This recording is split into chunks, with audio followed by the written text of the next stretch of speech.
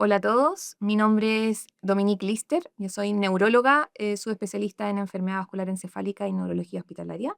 Hoy día vamos a hablar sobre nociones e interpretación básica de las neuroimágenes. Principalmente vamos a hablar de los hallazgos en resonancia y tomografía computada del cerebro aplicados a nivel de medicina general, urgencias y UPC. Como objetivos de la clase, entender la importancia de las neuroimágenes y reconocer las principales modalidades de estas, identificar hallazgos claves de patologías neurológicas en resonancia magnética y en tomografía computada del cerebro. ¿Cuál es la relevancia en el fondo de las neuroimágenes en urgencia, en UPC y en neurología en general? Estas neuroimágenes nos permiten un diagnóstico que sea preciso, un diagnóstico rápido, ¿ya? Son la gran mayoría fáciles y rápidas de realizar. Nos sirven también para monitorizar condiciones neurológicas, ya sea críticas o en control, ¿cierto? Y también nos sirven como guía para realizar intervenciones terapéuticas.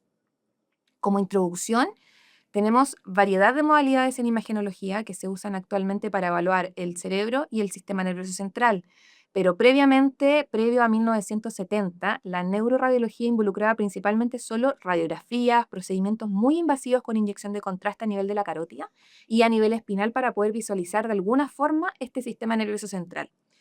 Todo cambia en el año 1972. Sir Geoffrey Hounsfield fue un ingeniero británico, creador de la tomografía computarizada y también conocida como el escáner o TAC, ¿ya? En 1972, Godfrey realizó el primer TAC cerebral en un paciente, revolucionando el diagnóstico neurológico al permitir visualizar el cerebro sin ninguna necesidad de cirugías. Por este aporte, Hounsfield junto a Alan Cormack recibieron el Premio Nobel de Medicina en el año 1979. ¿Cuáles son los principios básicos de la tomografía computarizada, o sea, el escáner de cerebro o TC cerebral? ¿Ya? A modo general, la tomografía computada utiliza rayos X para generar imágenes bidimensionales que son transversales del cuerpo. Las imágenes se adquieren mediante la rotación rápida del tubo de rayos X alrededor del paciente y la radiación transmitida se mide mediante un anillo, que es este anillo morado que se ve acá, el anillo de detectores de radiación ubicados alrededor del paciente. La imagen final se genera a partir de la atenuación de estos rayos X. Al momento de adquirir las imágenes, el tubo de rayos X gira continuamente en una dirección, mientras la mesa sobre la cual se encuentra el paciente se mueve mecánicamente a través del haz de rayos X. Entonces, durante el examen, el paciente avanza lentamente por la camilla mientras el tubo de rayos X gira alrededor del cuerpo. Este tubo de rayos X está generalmente cubierto, pero les voy a mostrar un video acá donde se ve que gira y gira muy rápido.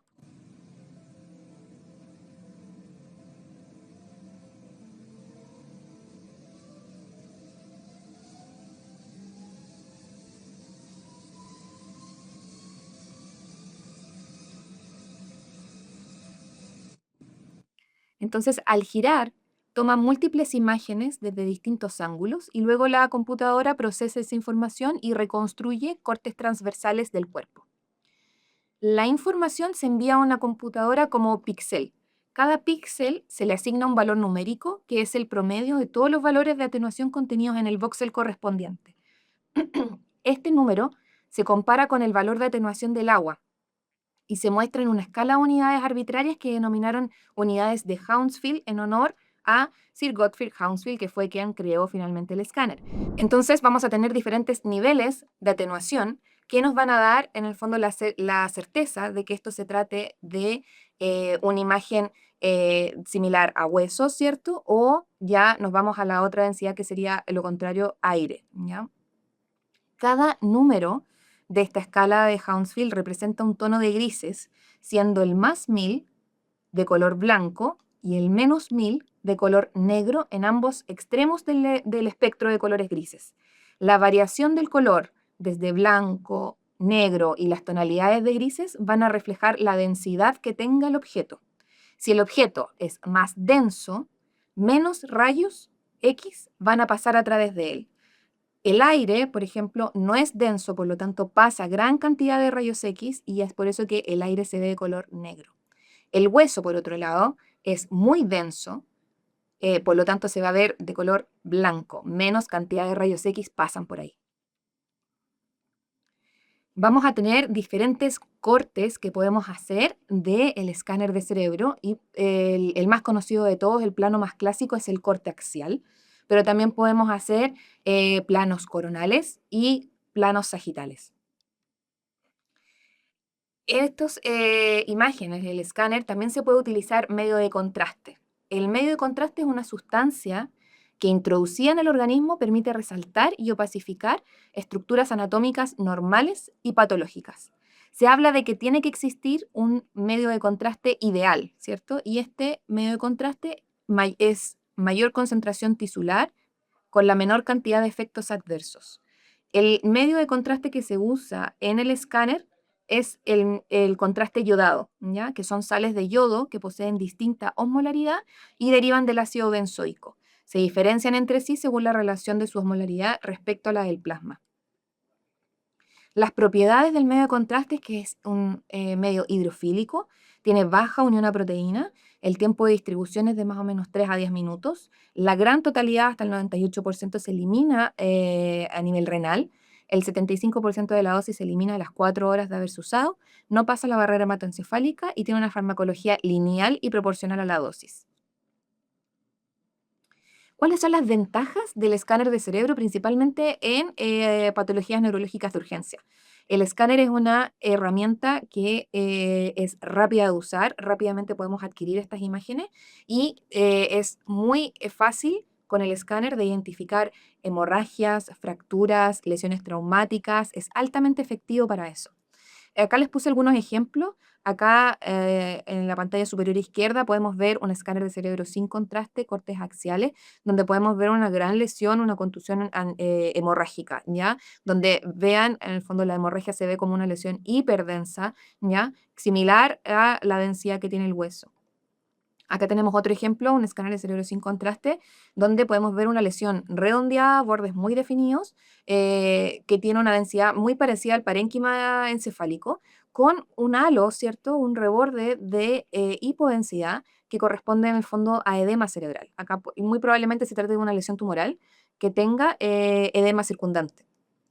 Y acá abajo podemos ver un escáner de cerebro sin contraste donde también podemos apreciar la ventana ósea, la cual nos sirve mucho para poder detectar en traumatismo encefalocraniano la presencia de fracturas. ¿Cuáles serían las indicaciones comunes del TAC de cerebro en neurología? Vimos, pero principalmente traumatismo encefalocraniano, los ataques cerebrovasculares, infecciones cerebrales, hidrocefalias, tumores, etcétera. Hay un montón de patologías en neurología donde podemos utilizar el escáner de cerebro, ya sea para hacer un diagnóstico inicial o también para hacer un seguimiento. En este caso les puse un escáner de cerebro sin contraste donde se ve una gran lesión hipodensa, ¿cierto? Correspondiente al territorio de la arteria cerebral media. Esto es una lesión isquémica, ¿ya? Correspondiente a un infarto cerebral. A la derecha, una lesión hiperdensa que corresponde a un hematoma intracerebral. Y acá abajo, el mismo escáner de cerebro donde podemos ver varias lesiones redondeadas, ¿cierto? Con bordes muy definidos y con una área hipodensa circundante. Probablemente esto sea una lesión tumoral o incluso alguna lesión infecciosa que haya que ir a descartar y utilizar quizás otro método de neuroimágenes para poder ir a definir mejor esa lesión.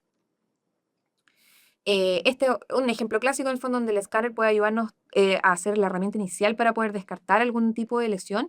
Acá vemos una gran lesión hiperdensa, ¿cierto? Aunque no es tan hiperdensa, sino que igual es un poco similar a la densidad a la que tiene el parénquima. Redondeada, ¿cierto? Bordes bien definidos, frontal, medial, ¿ya? Esto muy probablemente sea un meningioma. Múltiples imágenes les puse de ejemplo, donde podemos ver que el escáner de cerebro, tanto con y sin contraste, podemos ver en el fondo, por ejemplo, para hacer seguimientos de TEC en este paciente que tiene una craniectomía descompresiva, ¿cierto?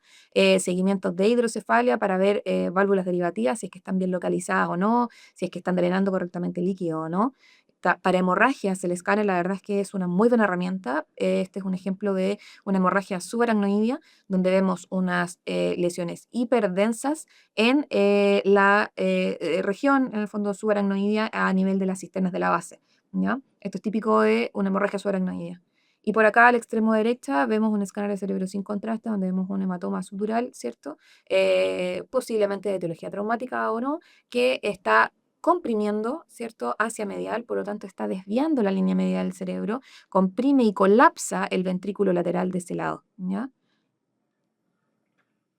Hay tres modalidades de escáner que podemos utilizar. Podemos tener el escáner de cerebro con o sin contraste.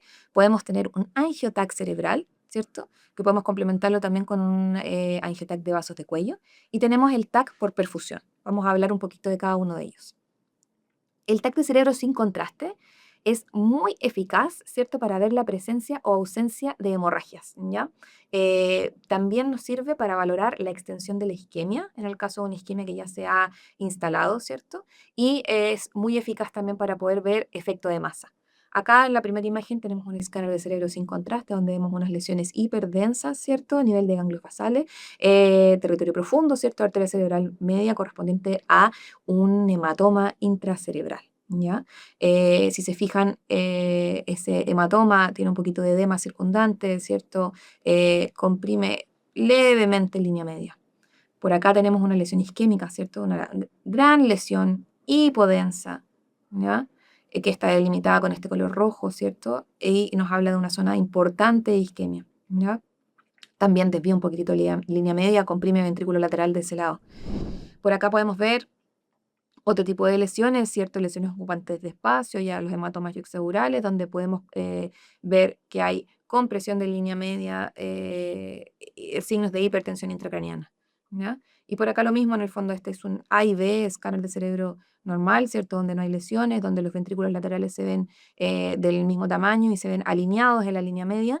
Sin embargo, cuando tenemos una lesión isquémica, ¿cierto? Podemos ver cómo esa gran lesión provoca edema cerebral, signos de hipertensión intracraniana, desviación de línea media, colapso ventricular. Más ejemplos, tenemos acá en el fondo una lesión yuxtaural, este es un hematoma epidural, ¿cierto? Que también está haciendo efecto de masa. Si se fijan al otro lado, también hay una lesión hiperdensa correspondiente a una lesión, un hematoma, ¿cierto? Intracerebral. Posiblemente este paciente lo más probable es que sea de causa de origen traumática, por eso tiene una lesión de contragolpe, ¿ya? Acá podemos ver un hematoma intraventricular, donde es muy fácil de ver en un escáner la presencia o ausencia de sangre, en este caso dentro del ventrículo, por eso se llama intraventricular. Y acá en la última imagen, ¿cierto? Es un escáner de cerebro sin contraste, cortes axiales, donde vemos una gran lesión hiperdensa, ¿cierto? Correspondiente a un hematoma subdural que comprime línea media, no alcanzamos a ver el ventrículo lateral de ese lado, ¿ya? Desvía un poquitito línea media también. La segunda modalidad que podemos hacer es el angiotac. El angiotac nos sirve principalmente para estudiar vasculatura cerebral. Podemos ver presencia de oclusiones intra o extracraneales y también podemos estudiar el flujo sanguíneo de este. ¿Ya? Podemos realizar angiotac de cerebro y angiotac de cuello también.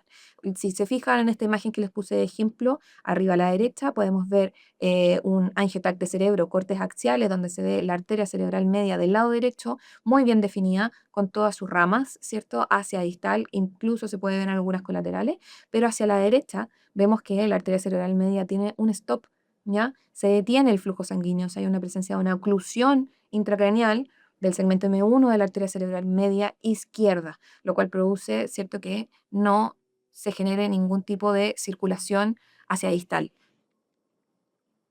Y luego tenemos la perfusión por escáner. La perfusión por escáner nos sirve para poder diferenciar tejido isquémico, pero tejido isquémico recuperable, ¿ya? Lo que se hace es medir el contraste a medida que avanza por el sistema arterial y sistema venoso. Y en caso de lesiones isquémicas podemos localizar qué tamaño tiene el core del infarto, o sea, el área que está completamente infartada, versus el tejido de penumbra, ¿cierto? Y de esa forma poder calcular mismatch y si es que hay o no hay tejido cerebral que sea rescatable, que sea salvable mediante terapias de reperfusión. Así que esta es una muy buena herramienta, ¿ya? Existe perfusión por escáner, pero también existe perfusión por resonancia que la vamos a ver más adelante. ¿Cuáles serían las ventajas del escáner de cerebro? Primero que tenemos mayor disponibilidad de los equipos, ¿cierto? Hay múltiples centros que cuentan con escáner y posibilidad de hacer escáner de cerebro. existe mayor control del paciente y menos claustrofobia, porque al ser como una dona, ¿cierto? Hay más espacio para que el paciente pase, no se siente esta claustrofobia y es mucho más fácil de realizar. Existe también la mayor velocidad de adquisición. Es un examen que la verdad es que uno se demora un par de minutos en poder adquirir las imágenes y además tiene un menor costo este procedimiento. Como desventaja, podemos agregar que el escáner usa radiaciones ionizantes, ¿cierto? Usa contraste de tipo yodado y tiene menor sensibilidad para ACV isquémico, más o menos un 60% de sensibilidad para detectar isquemia cerebral, sobre todo isquemia en fase aguda, versus la resonancia que tiene mucha mayor sensibilidad. Vimos entonces principios básicos del escáner de cerebro, ahora vamos a ver principios básicos de la resonancia. Entonces, la resonancia magnética cerebral utiliza un campo magnético potente y ondas de radio. El imán ordena ciertas partículas del cuerpo, principalmente los protones del agua, y luego las ondas de radio las estimulan y cuando vuelven a su estado inicial, liberan en el fondo señales. La computadora capta estas señales y las transforma en imágenes detalladas en el cerebro. Es importante en el fondo considerar que el área donde está la resonancia utiliza campo magnético, por lo tanto no podemos acercar objetos de metal. Les voy a mostrar un video de qué es lo que sucede cuando entramos al resonador y con objetos metálicos.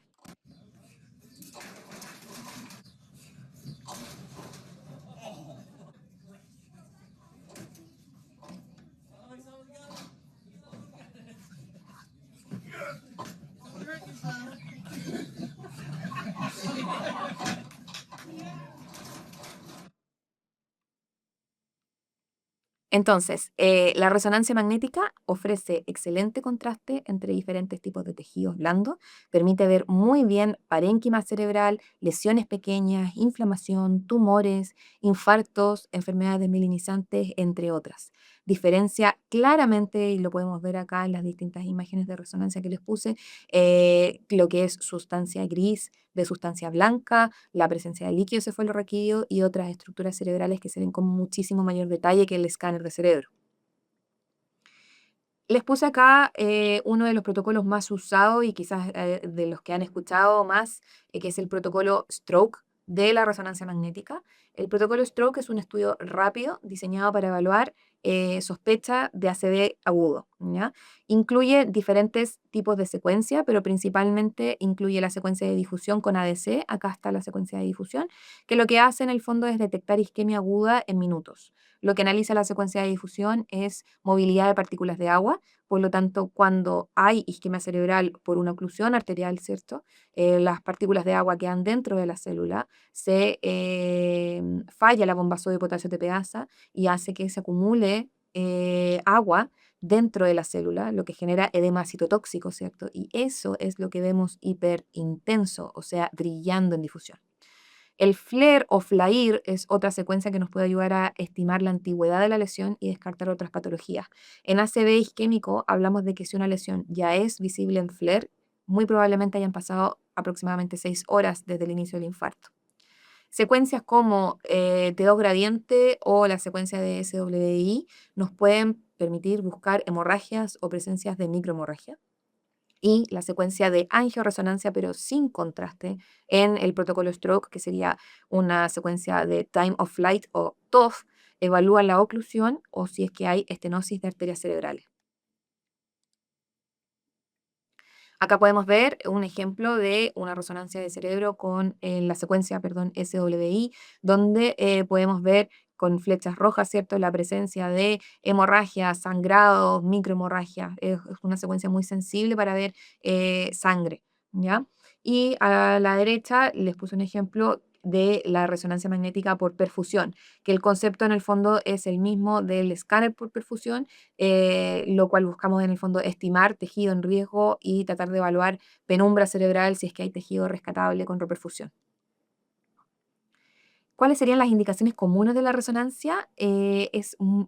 Muy bien indicado, ¿cierto?, para ver lesiones isquémicas y lesiones hemorrágicas, perdón, detecta precisamente las áreas afectadas por el ACV, generalmente cuando son ejemplo, lluvia embólica, como es el caso acá, donde hay pequeñas lesiones isquémicas o lesiones en fosa posterior, ¿ya? O lesiones muy pequeñas, es muy fácil de ver estas lesiones con la resonancia, ¿ya? También nos sirve mucho la resonancia para poder delimitar exactamente dónde está el infarto, ¿cierto? Y cuál es la extensión del mismo. La resonancia es la modalidad de examen que mejor define el tamaño y el volumen del infarto y del tejido infartado. Pero hay que tener ojo porque la resonancia tiene baja disponibilidad. De hecho, en Chile existen muchos centros donde no existe disponibilidad inmediata de resonancia. El largo tiempo del examen. Les puse el ejemplo de la resonancia protocolo stroke. En esa nos demoramos como máximo 10 minutos en realizarla, pero una resonancia de cerebro completa dura aproximadamente 40-45 minutos versus lo que nos podríamos demorar en realizar un escáner de cerebro, que la verdad es 2 minutos, con suerte. 20 a 30% de los pacientes con ACV tienen alguna contraindicación para realizarse alguna resonancia. Por ejemplo, que usen marcapasos, que tengan algún dispositivo de metal que no se pueda resonar, o que se encuentren muy graves para el traslado o que no puedan aguantar ese rato dentro del resonador, o que sean claustrofóbicos, por ejemplo. Indicaciones comunes de la resonancia. La resonancia es muy buena para ver edema cerebral, para ver inflamaciones, infecciones, abscesos, muy útil para ver diferenciaciones de distintos tumores. Y acá algo que no les había mencionado antes, pero la resonancia magnética es muy buena para ver lesiones medulares, ¿ya? El escáner, la verdad es que el escáner de columna solamente nos va a servir un poco para ver estructuras óseas, poco y nada de lo que es médula. Y en la resonancia acá sería lo indicado si yo quiero estudiar lesiones medulares, ¿ya? Vemos que cuando hay una lesión tumoral, la resonancia sería nuestro examen de elección en el fondo para poder ir a diferenciar de qué tipo de tumor se trata, si es un tumor vascularizado, por ejemplo, si es que capta o no capta contraste, y de esa forma tratar de ver en el fondo de qué tipo de tumor se trata. También por resonancia podemos hacer una angiografía con y sin contraste. Les hablé un poco de la angiografía por resonancia sin contraste, que sería esta secuencia TOF, ¿cierto? Donde podemos ver si es que acaso hay o no lesiones vasculares u oclusiones, ¿ya? La gracia de poder realizar esta imagen es que no utiliza medio de contraste, por lo tanto, en personas, por ejemplo, con falla renal o que tengan alguna contraindicación de uso de medio de contraste, por ejemplo, embarazadas, podemos usar esta secuencia de time of flight para poder determinar si es que existe alguna oclusión de algún vaso, ¿ya? Sí tiene menos especificidad que realizarla con contraste, pero para estos pacientes en los cuales no se puede realizar es una muy buena opción. La angioresonancia contrastada, sin embargo, se utiliza acá el medio de contraste de gadolinio, ¿ya? Y nos puede dar una muy buena definición, ¿cierto? Mejor que cuando uno realiza una angioresonancia sin contraste, de cuál es la morfología del vaso, ¿cierto? Ver si es que hay alguna malformación vascular, estudio y presencia de aneurismas, por ejemplo, disecciones, ver hematomas intramurales, etcétera. Entonces nos puede ayudar bastante la angioresonancia contrastada. La angioresonancia de otra forma, aparte de estudiar vasos, ¿cierto? Podemos ver otro tipo de malformaciones vasculares. Por ejemplo, esta es una malformación vascular de médula, ¿ya? Ver, por ejemplo, un tumor si es que tiene o no vascularización, ¿ya? Las malformaciones arteriovenosas a nivel de fosa posterior, etcétera. Hay una secuencia que podemos realizar también en la angioresonancia, que es una secuencia de pared de vaso o secuencia black blood, ¿ya? Que como su nombre lo dice, va a verse la sangre negra, que lo que nos ayuda es a reconocer los componentes que determinan una inestabilidad de placa. O sea, podemos ver, por ejemplo, si la placa es una placa fibrosa, si tiene un componente calcificado, si es que hay un componente lípido, si es que hay hemorragia, si es que hay un hematoma intramural, por ejemplo, en caso de que sean disecciones arteriales. La secuencia de pared de vaso es sumamente útil en estos casos.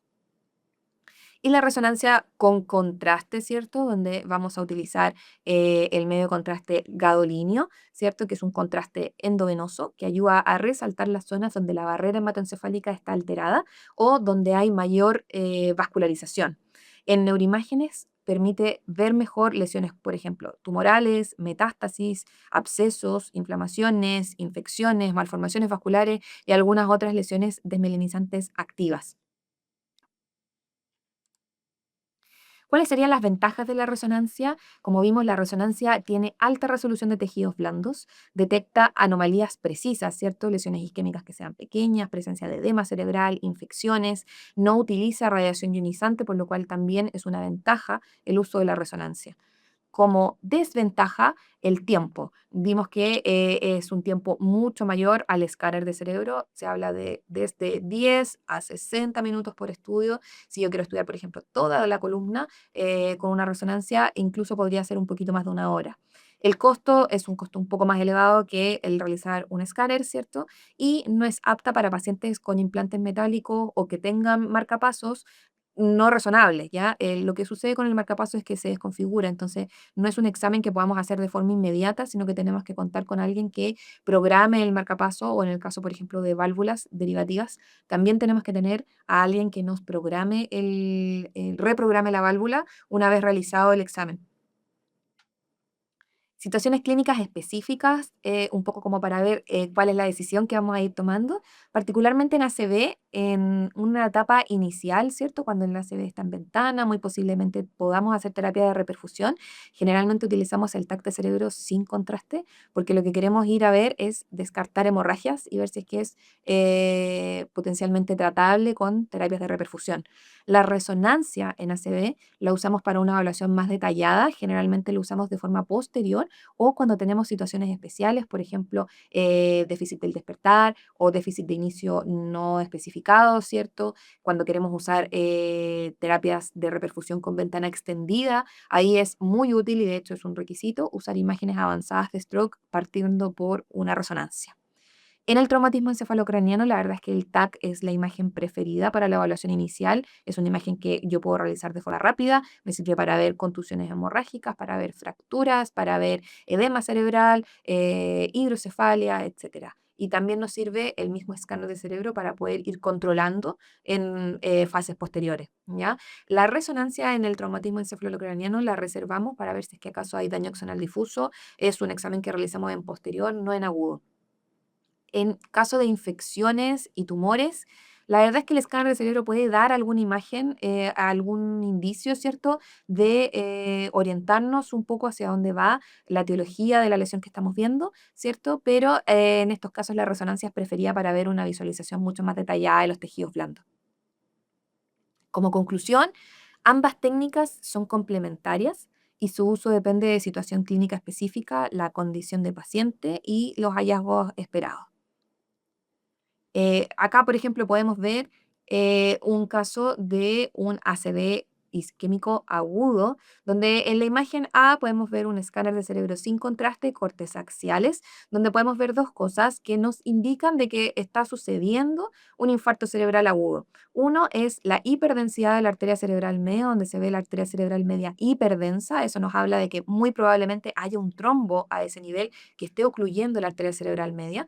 Y lo otro que podemos ver es la pérdida de la diferenciación córtico-subcortical. Si nos fijamos acá donde está la flecha número 2 y también mirando un poco la corteza, no podemos diferenciar bien, no hay presencia de surcos, hay un poco de edema cerebral, ¿cierto? Y no podemos diferenciar tan bien qué es sustancia gris versus sustancia blanca. Al comparar el otro lado, ¿cierto? Donde sí podemos ver más surcos, sí podemos diferenciar sustancia gris de sustancia blanca. Si a este mismo paciente le hacemos una resonancia de cerebro, podemos ver que efectivamente, claro, se trata de un infarto cerebral, pero con la resonancia podemos delimitar de forma muy aguda y precoz dónde está localizado el infarto y qué extensión tiene la misma. Entonces va a depender un poco de lo que queramos hacer, de las condiciones del paciente, ¿cierto? De cuál es la terapia que podemos ofrecer, ¿cierto? El equipo que tengamos, de cuál va a ser la imagen que vayamos a elegir en primera instancia o en segunda instancia. Como conclusión y recomendación, tenemos que entender que la resonancia y el escáner son herramientas cruciales para el diagnóstico y el manejo de condiciones neurológicas en pacientes críticos. La resonancia es excelente para visualizar lesiones isquémicas, sobre todo lesiones isquémicas muy pequeñas, ¿cierto? O de fosa posterior o de tronco, edema cerebral, infecciones, tumores, malformaciones vasculares. El escáner, por otro lado, es ideal para detectar hemorragias, fracturas y evaluar situaciones de emergencia. Como recomendaciones para la práctica, ojalá lleguemos a usar un uso complementario de ambas técnicas, ¿cierto? Saber bien cuándo nos podemos favorecer del uso del escáner versus el uso de la resonancia, dependiendo de lo que vayamos a buscar y dependiendo de nuevo, como dijimos, de las condiciones del paciente. Siempre es importante colaborar en equipo. En caso, por ejemplo, de UPC, son pacientes que están multiinvadidos, ¿cierto? Donde tenemos que trabajar en equipo para ver si es que el paciente, qué podemos hacer mejor, ¿cierto? Una resonancia o un escáner. Es importante que el equipo esté en constante capacitación, ¿cierto? Para poder entender qué tipo de imagen se beneficia al paciente. Y por supuesto, educación, ¿cierto? La gran mayoría de las veces uno pide una imagen y el paciente no sabe a dónde va o lo que se va a hacer. Y acá es súper importante educar al paciente de qué se trata la imagen que le van a hacer, es con o sin contraste. ¿Existe riesgo, por ejemplo, de que el paciente no tolere el examen porque tenga una claustrofobia o no tolere estar en espacios cerrados? Y eso hay que preguntarle antes al paciente antes de mandarlo a hacerse la imagen. Espero que les haya servido esta clase y muchas gracias por participar en el curso y espero que sigan aprendiendo. Que estén muy bien.